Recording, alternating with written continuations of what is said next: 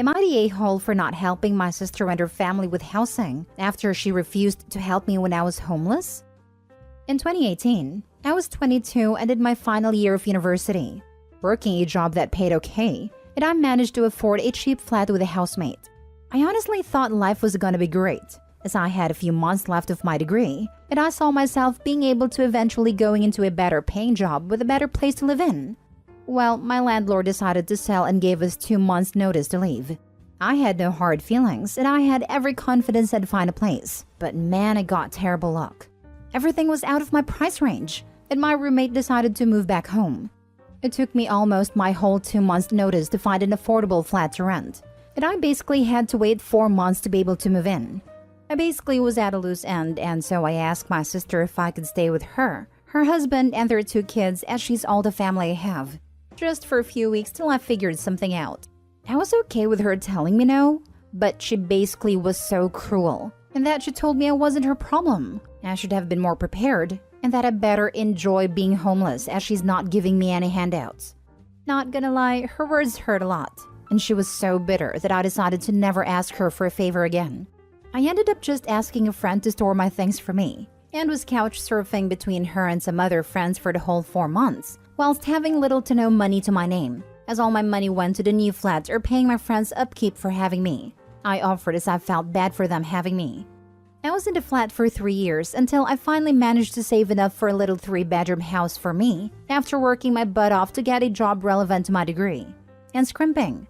I'm okay now, but I'll never forget how cruel my sister was and how awful being homeless was. I'm 26 now and have gone low contact with her. I never really hear from her unless she wants something, and she told me that basically her and her family cannot afford their mortgage due to the rates going up. She says they're going to have to sell the house and find something cheaper, and ask if they could stay with me for a while. She said she could pay something, and even the kids could share a room, and I told her no way in hell. I told her I was sorry for her situation, but that she made it clear years ago she wasn't responsible for me, so I'll extend the same courtesy to her. Now she is saying I'm a heartless a-hole and ruining her kids' lives. Edited to add. I should add that her kids are my nephews, but I barely know them. My sister and I have an okay relationship, but it's clear I'm an afterthought to her. When I say she only messages when she wants something, I mean like she'll send me pictures of the boys, then immediately ask for money to get them something. Stuff like that. From what I know, the boys are pretty spoiled. They are 8 and 9, and I have literally only been around them a handful of times. My sister is 10 years older than me and bailed out on home when she was 17, so I guess I'm like a stranger to her. The boys and my brother-in-law are all similar to my sister. Only ever interested in me if they want something, so any hopes of a relationship don't seem to exist, I guess. Now for the top comments. Not the a-hole. She has already proven how toxic she is. You do not want that for a roommate. I'm very sorry that anybody will be homeless, even your sister. But that doesn't mean that I have to take them in. If you let her move in, you may never get her to move out. Given her history, it seems unlikely she would give you any money.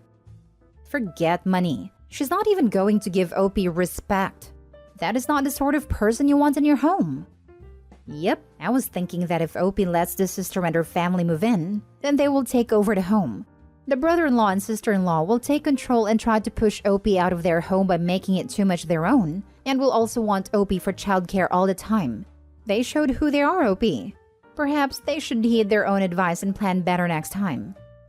Not the a-hole.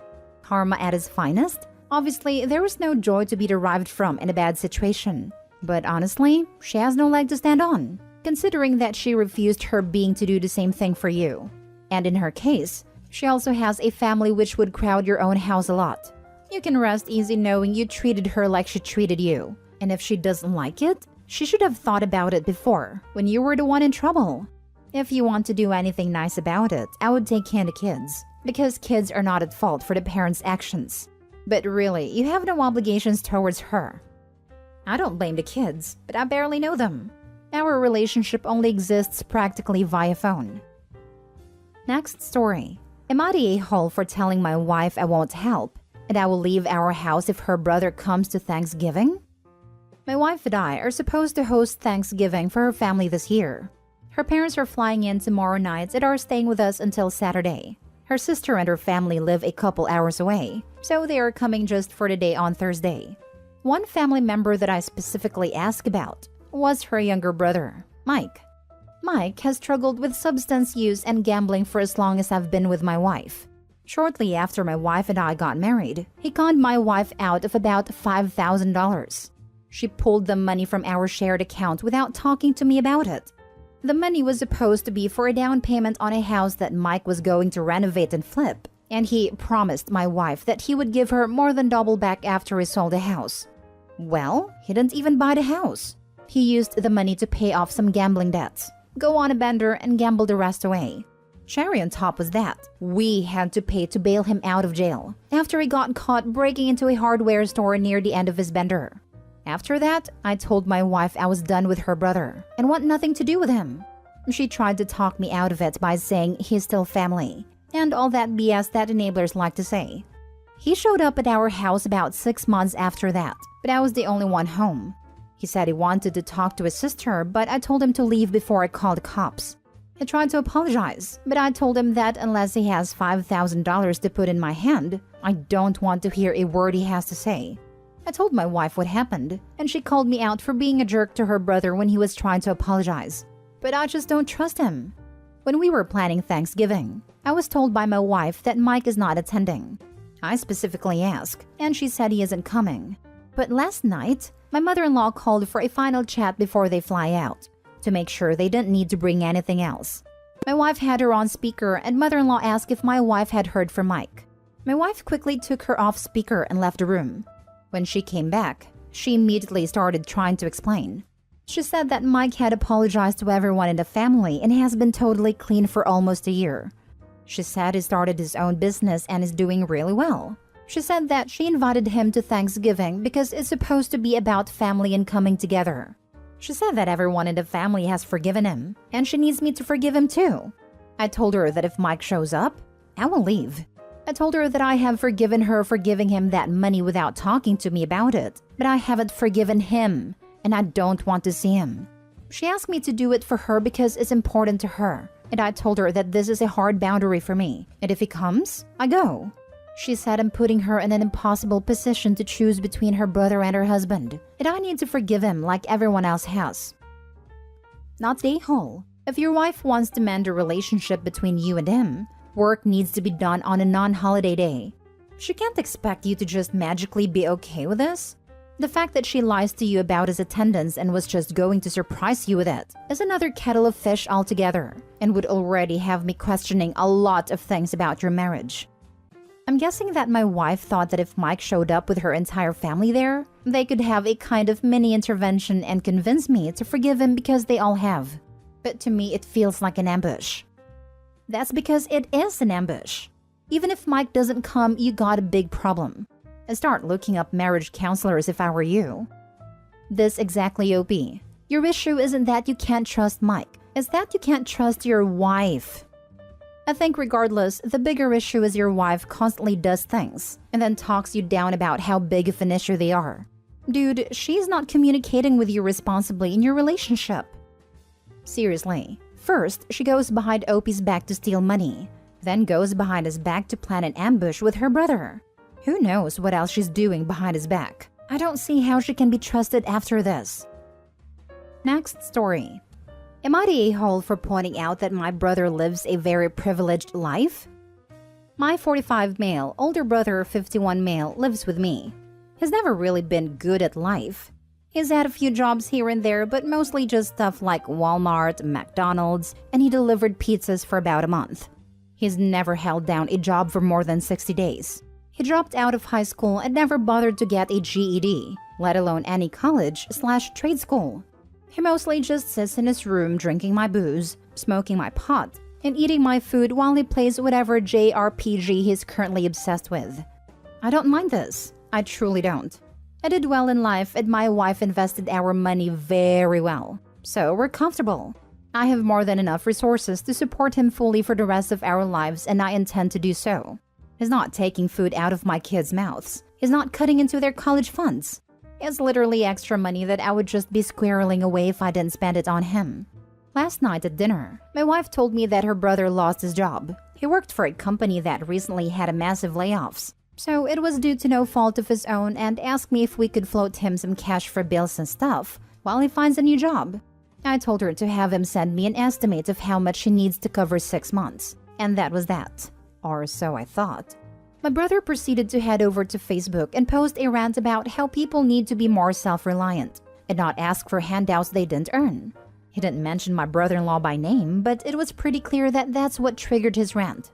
I commented on his post and I asked him how living off of me for the past 9 years was self-reliant. I told him that he is in an incredibly privileged position because not everyone has a millionaire brother to pay all their bills for them. I also asked how the allowance I give him every week is not a handout.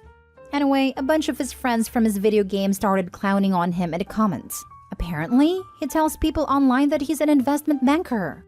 So he deleted the post and has not come out of his room since. There's an ensuite bathroom, don't worry. My wife says it was messed up for me to call him out publicly like that, and that I could have been more respectful about it. And my aunt is furious with me for airing the family laundry. So I kind of think I might be the a-hole here. Not for what I said, but for the fact I said it publicly. But at the same time, I don't feel like the a-hole because this rant was public too. Now for the top comments. Not the a-hole. A prime example of fool around and find out. I'd kick him out to prove a point, honestly. No way I could do that over this. It'd be one thing if he were dangerous. Like, I'd toss him out in a heartbeat if I felt we weren't safe with him here. But being a bit of a prick isn't enough for me to make him homeless. And that's what I'd essentially be condemning him to. There's nowhere else to go, and he has no skills that could make him enough money to survive.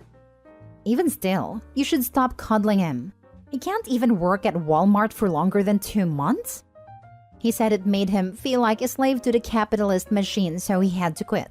He also didn't want to sell hours of his life $8 at a time, which honestly I kind of agree with. $8 per hour is insanely low. Even a cheap apartment out here is $600 per month. So that's like 2 weeks of full-time work before taxes, just to pay rent. Rent is supposed to be a third of your income, not half. So he feels working for a place like Walmart, which to be honest is the only type of place someone like him can work at this point, is being a slave to the capitalist machine, while he criticizes handouts being provided. Not the a-hole, obviously. You are saving this man's life, and he's insanely lucky to not be homeless right now. Not the a-hole. He decided to do something unnecessary in public. Your aunt seems very fond of him. Will she be taking him in soon? She literally can't. She's in publicly subsidized senior housing. They can't even have overnight guests, let alone move someone else in with them. They'd both end up on the street. The more I think about this, the more shocking I find their attitudes. I have this with my brother-in-law and sister-in-law. They live with my parents-in-law, but because they aren't physically receiving cash from them, just a home and food and use of the car, they don't think they're scrounging. Legit said they were financially independent. Last story. Am I the a-hole for not helping my sister pay for college after I used her college fund? I, 30 female, have a sister Anna, 27 female, and we used to be close, and I thought we had a good relationship. Then my ex-boyfriend James, 30 male, entered the picture. I met him while in college and was completely head over heels for him. I thought we were going to get married, get a house, have babies, and all the other sappy rom-com cliches. He was the second boyfriend I ever had in life at a time. When my sister first met him, she said that she couldn't possibly see what I saw in him and would sometimes show passive-aggressive hostility. My sister was one of the most important people in my life, and I really wanted her and James to get along. So, I encouraged outings with the three of us from time to time. Then one day I got sick at one of the planned outings, but insisted that it was okay for James and Anna to go without me. After that, Anna and James became more friendly with one another, and I was actually happy. Until one day, my parents sat me down and told me that Anna was pregnant and how she was going to marry the father.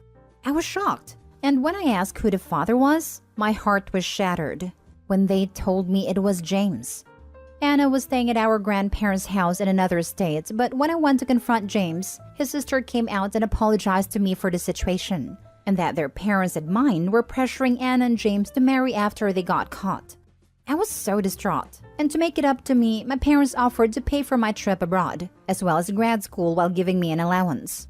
They told both Anna and me that the money was going to come out of whatever they had saved for her college expenses as restitution to me, and said that Anna needed to focus on being a mother first, and that school would have to come later. After spending a lot of weeks sobbing over it, I agreed to their offer and stopped speaking to Anna and James. Fast forward to now. James has passed away and Anna has 2 kids to support. She's yet to find a job that will pay her enough and decided to go back to school. Anna is struggling really hard with her finances and asked me if I would be willing to loan her the money and that she'd pay me back after graduation. I have the money and she knows it, but I told her no. She got upset and called me selfish because by punishing her, I was effectively going to make her kids suffer as our parents are no longer in a position to help. I've started to get messages from people stating that I owe her for taking her college money and calling me the golden child, but I don't see it that way. Am I the a-hole? Edited to add, my sister was 18 and a senior in high school when she met James. She was 19 or 20 when she gave birth. Technically, the money my parents gave me out of her college fund was theirs and just designated for Anna. She had no legal claim to it. When my parents found out that Anna was pregnant, they gave her a choice. Put the baby up for adoption. Keep the baby and marry the father. Keep the baby but don't marry the father and be disowned. Not the a-hole. Continue no contact and live your life. She didn't care about you until she wanted something from you. Her kids are not your responsibility. This, she made her bed and now let her lay in it. What truly awful people both your sister and James were/are. However, she is your sister and betrayed you in the worst possible way. I'm so sorry and wish you the best, not the a-hole. I mean, she screwed with her sister's boyfriend. I understand why their terms were this harsh. It's like they were saying, you broke your sister's heart and our trust, might as well make it count. Not saying I agree, but I can see why they had these conditions in place.